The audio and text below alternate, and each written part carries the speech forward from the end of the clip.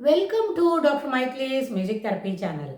இன்றைய பதிவிலையும் music therapy நம்மளுக்கு என்னெல்லாம் நன்மை விளைவிக்கும், அதை மியூசிக் தெரப்பியை பயன்படுத்துறதுனால. சென்ற பதிவில் பார்த்தோம் அது எப்படி ஸ்ட்ரெஸ் பஸ்டராக இருக்கும், அப்புறம் நம்மளோட நினைவாற்றலை பெருக்கிக்கிறதுக்கு அது என்னெல்லாம் செய்யும் அப்படின்னு பார்த்தோம். ஆனால் எஜுகேஷ்னல் ஆஸ்பெக்டில் இருந்தாலும் வகுப்பறையில் சில பாடங்களை நம்ம துல்லியமாக படிச்சுக்கணும் அப்படின்னாலும் அந்த மியூசிக் தெரப்பியை நம்ம பயன்படுத்த முடியும். மியூசிக் தெரப்பி என்ன சொன்னால், நம்ம ஏற்கனவே முன்ன பதிவுலெல்லாம் கூட சொல்லியிருக்கிறோம், இசையை ஒரு குறிப்பிட்ட நேரத்துக்கு மருந்து போல் பயன்படுத்தணும். தெரப்பி என்ன சொன்னாலே அது சிஸ்டமேட்டிக்காக பயன்படுத்துறது அப்படின்னு அர்த்தம். மியூசிக்கை சிஸ்டமேட்டிக்காக, இசை என்பதை மருந்து போல் பயன்படுத்தணும் என்ன சொன்னால், அதை தொடர்ந்து சில மணி துளிகள் கேட்க வேண்டும். திருப்பி கொஞ்சம் கேப் கொடுத்துட்டு அது கொஞ்சம் நேரம் ரெஸ்ட் பாஸ் இருந்துட்டு திருப்பியும் அதை மறுபடியும் தொடர்ந்து அதை கேட்கணும் அப்படின்னு சொன்னோம். மருந்து எப்படி ஒரு நாளைக்கு 3 முறை எடுத்துக்கொள்கிறோமோ அதுபோல் இசையும் 3 வேளையை தொடர்ந்து கேட்டால் நம்மளுக்கு இதை வேலையெல்லாம் செய்யும்னு சொன்னோம். ஆனால் பிரெயின் அண்ட் மியூசிக், அதாவது நம்மளோட மூளையில் எந்த விதமான தாக்கத்தை அது ஏற்படுத்தும், அந்த தாக்கத்தினோட விளைவுகள் என்ன அப்படின்னு நம்ம பார்க்க துவங்கினா, இசை கேட்க துவங்கின பிறகு இசையை சில நேரம் கேட்கிறோம், ஒரு டோசேஜ் வச்சுக்கிறோம். ஒரு 20 நிமிஷம் காலையில், பகலில் 20 நிமிஷம், மாலையில் 20 நிமிஷம், இரவு தூங்க போக முன்னாடிக்கு 20 நிமிஷம். அதாவது 4 times a day, once in 2 hours, இல்லைன்னா ஒன்ஸ் இன் 3 hours அப்படின்னு அந்த 3 hours 2 hours whichever suits the requirement of the பேஷண்ட்டோட தகுதிக்கு ஏற்ப, அதாவது அவங்களோட நேரம் செலவு பண்ணணும் இல்லையா, அதுக்கு தகுந்த மாதிரி இருக்குச்சே, அது பேக்ரவுண்டில் இருந்தால் மட்டும் போதும். You need not comprehend what exactly how it has been played, what are all the notes it is available அப்படின்னு நம்ம தெரிஞ்சுக்கணும்னு அவசியம் இல்லை. Comprehension is not at all required.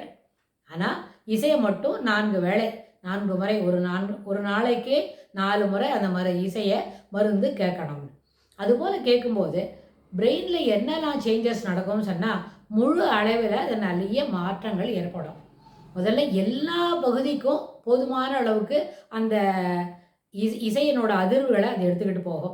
ஒலி தானே, music is a refined sound அப்படின்னா, அந்த ரிஃபைன்டு சவுண்டு மியூசிக்கை எல்லா பெர்ஸ்பெக்டிவ்லையும் பார்க்க முடியும். அப்படின்னா ஒலியாக முதல்ல பார்க்குறோம் அப்படின்னா, அந்த ஒலி என்ன பண்ணும், அந்த ஒலி அதிர்வுகள் அந்த ஃப்ரீக்குவன்சியில் ஒரு நோட்டில் வாசிக்கிறோம் அப்படின்னா, அந்த வாசித்த இந்த இசையை நம்ம கேட்கும்போது மூளைக்கு முழுக்க அது நல்ல சிறப்பான ஒரு மாற்றத்தை தரும்.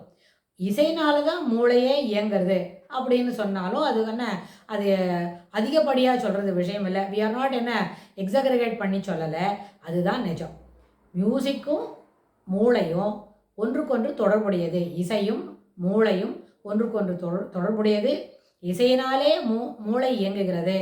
மூளை இயங்க வேண்டும் என்றால் இசை அத்தியாவசியம் அப்படின்னு ரெண்டுத்தையும் என்ன பண்ணலாம், சேர்த்து ஒருமித்து நம்ம புரிஞ்சிக்க முடியும்.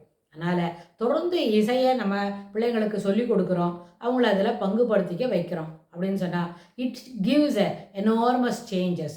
அதாவது அதனோட ஸ்ட்ரக்சரல் இதில், அப்புறம் அதனோட ஸ்டோரேஜ் கெப்பாசிட்டியில், அதுக்கப்புறம் அது ரீப்ரொடக்ஷன் இருக்கே, அந்த ரீப்ரொடியூஸ் பண்ணுற கெப்பாசிட்டியில், அதாவது ரிட்ரீவிங், ஸ்டோரிங், ரிஹர்சிங், அது எல்லாத்துலேயுமே இது ஒரு முக்கியமான பங்கு வகிக்கும். அதாவது மெமரியை வச்சுக்கணும், அதாவது நினைவிலே கொள்ள வேண்டும் சில செய்திகளை அப்படின்னா, அந்த கொள்ள வேண்டிய செய்திகளை இசை மூலமாக நம்ம பதித்துக்கிறோம் அப்படின்னா, அதை ரிட்ரீவ் பண்ணுறது ரொம்பவும் எளிமையானது. ஒரு சில நேரத்தில் அந்த வார்த்தைகள் நம்மளுக்கு நினைவில் இல்லை, we are unable to take that particular word. ஒரு ஸ்ட்ரிங் இருந்தால் மொத்தத்தையும் சொல்ல முடியும் அப்படின்னா, அந்த ஸ்ட்ரிங்குக்கு பதில் எப்போ அந்த இசையை கேட்டோமோ அந்த இசையோட ஒரு கோடு நம்மளுக்கு நினைவு இருந்தால், அது உள்ளே இருக்கிற எல்லா வார்த்தைகளும் எல்லா செய்திகளும் அந்த ஃபோல்டரில் இருக்குது. நம்ம சொன்னோம், neural network, neural loop, neural central tendency, அதுக்கப்புறம் ஒரு சிப்பு அப்படிலாம் இதை ஸ்டோர் பண்ணி வச்சுக்கோ அப்படின்னா, இதில் ஏதாவது ஒரு சிப்பில் ஒரு சின்ன த்ரெட்டு போல் அந்த இசையோட பேக்ரவுண்டு நம்மளுக்கு காதில் கேட்டதுனாலே we can able to retrieve all the stored materials in the particular loop. அந்த லூப்பில் இருக்கிற எல்லா செய்தியும் நம்ம வரிசையாக வெளியில் கொண்டு வர முடியும். இது இசைக்கு தொடர்புடைய இசையாக இருக்கணும்னு அவசியம் இல்லை. இசைக்கு தொடர்புடைய சில பாடங்கள், என்ன பாடமெல்லாம் படித்தோமோ, டெக்ஸ்ட்டு இல்லாட்டி போனால் மெமரைஸ் பண்ணியிருக்கிற போய்ட்ரி, அது இல்லாட்டி போனால் நம்ம ஸ்டோர் பண்ணி வச்சுருக்கிறோமே ஒரு சம்மரியோ ஒரு கான்செப்ட் ரிலேட்டடாக இருக்கிற ஃபார்முலாஸோ அது எல்லாத்தையும் பிழை இல்லாமல் நம்மளால் வெளியில் கொண்டு வர முடியும். இது இப்படி கொண்டு வரதுனால என்ன பெரிய பெனிஃபிட்ஸ்ன்னு கேட்டால், படிக்கும்பொழுது இசை ஒரு நல்ல உறுதுணையாக தக்க துணையாக அமையும். இதில் எந்த மாற்று கருத்துக்கும் இடமில்லை. இதை நிறைய இடத்துல நம்ம இதை பயன்படுத்தி பார்க்குறோம். அதாவது ஒரு ஆய்வு கட்டுரை எழுதுகிற அளவுக்கு நம்மக்கிட்ட என்ன பண்ணுறோம், இதில் செய்திகள் இருக்குதுன்னு நம்ம என்ன பண்ணலாம், தீர்மானமாக சொல்ல முடியும்.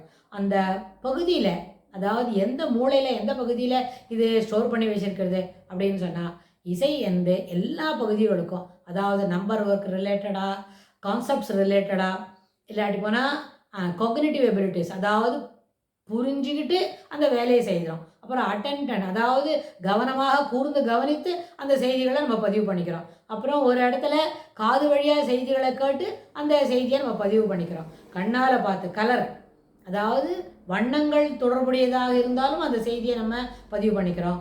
ஒலி தொடர்புடைய செய்திகளாக இருந்தாலும் அதை பதிவு பண்ணிக்கிறோம். ஆனால் அது எல்லாத்தையும் ரிட்ரீவ் பண்ணுறது, மீண்டும் அதை எடுத்து பயன்படுத்தும் பொழுது இசை ஒரு நல்ல உறுதுணையாக அமையும்னு சொல்லி இந்த பதிவை நம்ம நிறைவு செய்யலாம். இதுக்கு தொடர்புடைய செய்திகளை மீண்டும் அடுத்த பகுதியில் பார்க்கலாம். தேங்க்ஸ் ஃபார் வாட்சிங்.